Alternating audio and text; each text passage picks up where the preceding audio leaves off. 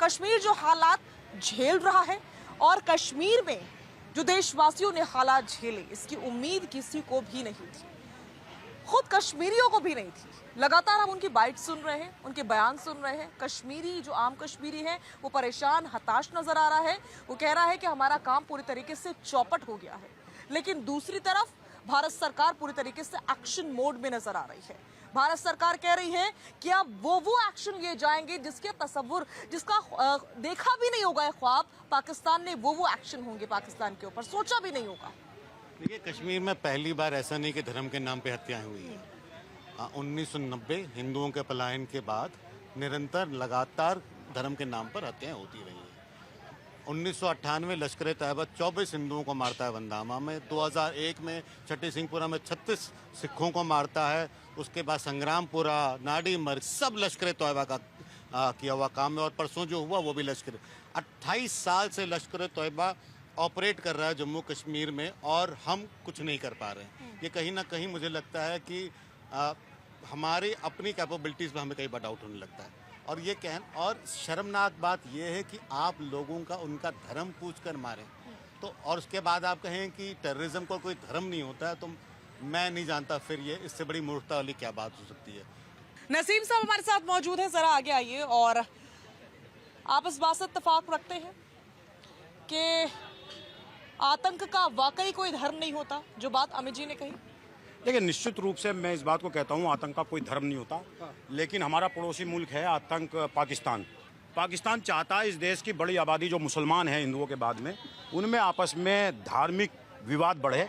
और जिस तरीके से पाकिस्तान कंगाल, अपंग बर्बाद हो गया है, श्रीलंका धर्म के नाम पर बर्बाद हो गया, हिंदुस्तान भी बर्बादी के कगार पर जाए। लेकिन यहाँ का मुसलमान और यहाँ का हिंदू, कल से मैं टेलीविज़न पर देख रहा हूँ, बहुत बड़ी तादाद में साथ हैं। पूरा कश्मीर बंद है, कश्मीरियत पूरी सड़क पे आई हुई है।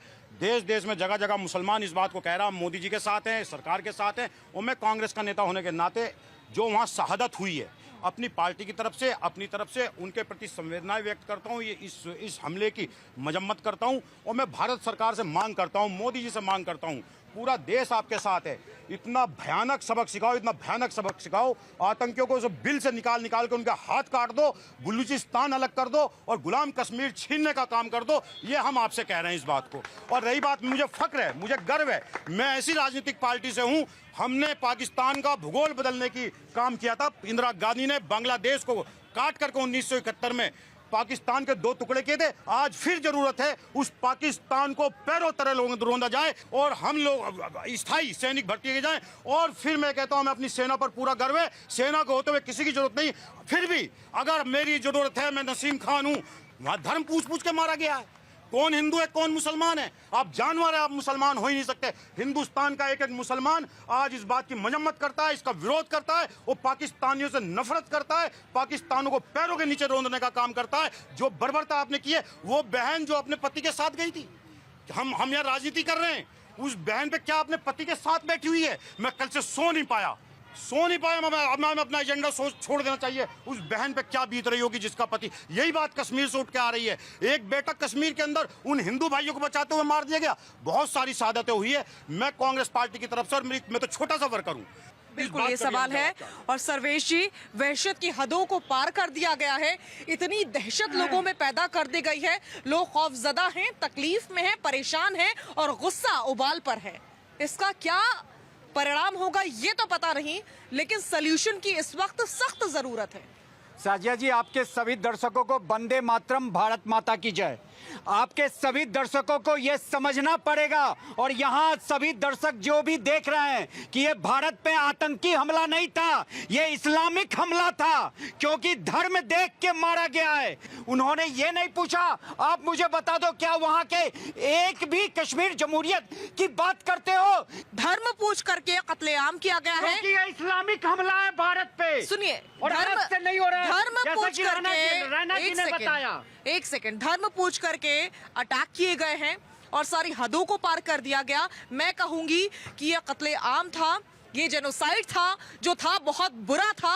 लोगों के अंदर बेइंतहा गुस्सा है, पूरा गुस्सा जो जो आप में है वही गुस्सा हर हिंदुस्तानी में इस वक्त महसूस मैं कर पा रही हूँ, वो चाहे हिंदू हो, मुसलमान हो, सिख हो, ईसाई हो। लेकिन हम ये नहीं भूल सकते कि टेरर अटैक्स तो इस्लामिक कंट्री में भी होते हैं। है ही नहीं। मैं ये कह रही हूँ, अगर होता है, सर्वेश जी, बम फटता है, सर्वेश जी, बम में मुस्लिम, हिंदू, सर्वेश जी, आप सुनना चाहते हैं? मरते हैं। सर्वेश जी, मैं ये कह रही हूँ कि टेरर अटैक्स तो बाकी कंट्रीज में भी होते हैं जो मुस्लिम कंट्रीज हैं।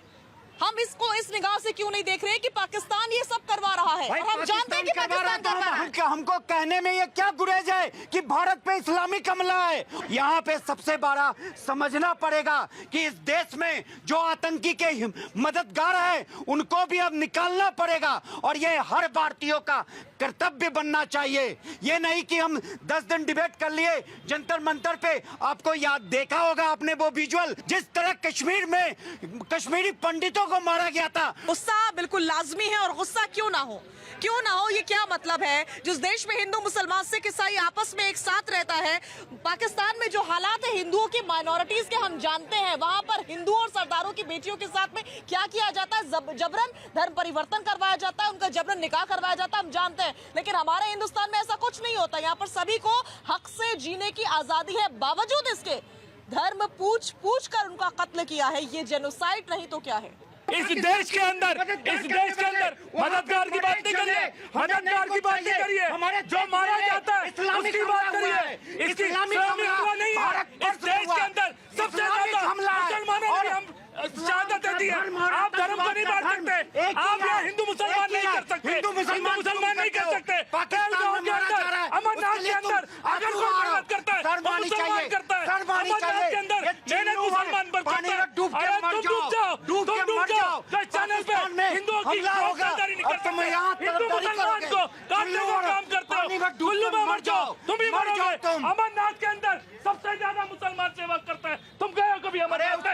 अरे कल भी जो यहाँ सब गुजरे मुसलमानों ने पाकिस्तान तुम जैसे लोग चैनल पे आके खाली हिंदू को मुसलमानों को काटने ठीक है, प्लीज पोजीशन पर।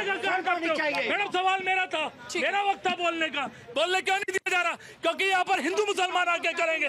इस देश के अंदर हिंदू मुसलमान मिलकर रह रहा है, कोई दिक्कत। जो आतंकी हमला हुआ है हम उसकी कड़ी निंदा करते हैं। सारे मुसलमान चलने को तैयार है, हम सब साथ चलेंगे। अनवर जी, ठीक है ठीक है ठीक है ठीक है। अनवर जी, एक बात बताइए कि ये पहली बार अटैक हुआ पाकिस्तान की तरफ से?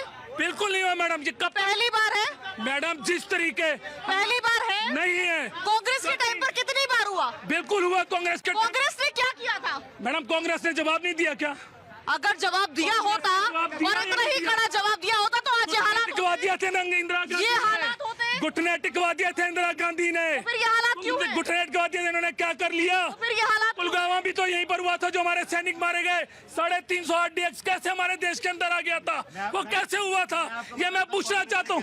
हमेशा इस देश के अंदर सिर्फ हिंदू और मुसलमान को भड़काने का काम कर रहे हैं। मैं दहशतगर्दियों की चाहता हूँ सख्त से सख्त कार्रवाई हो।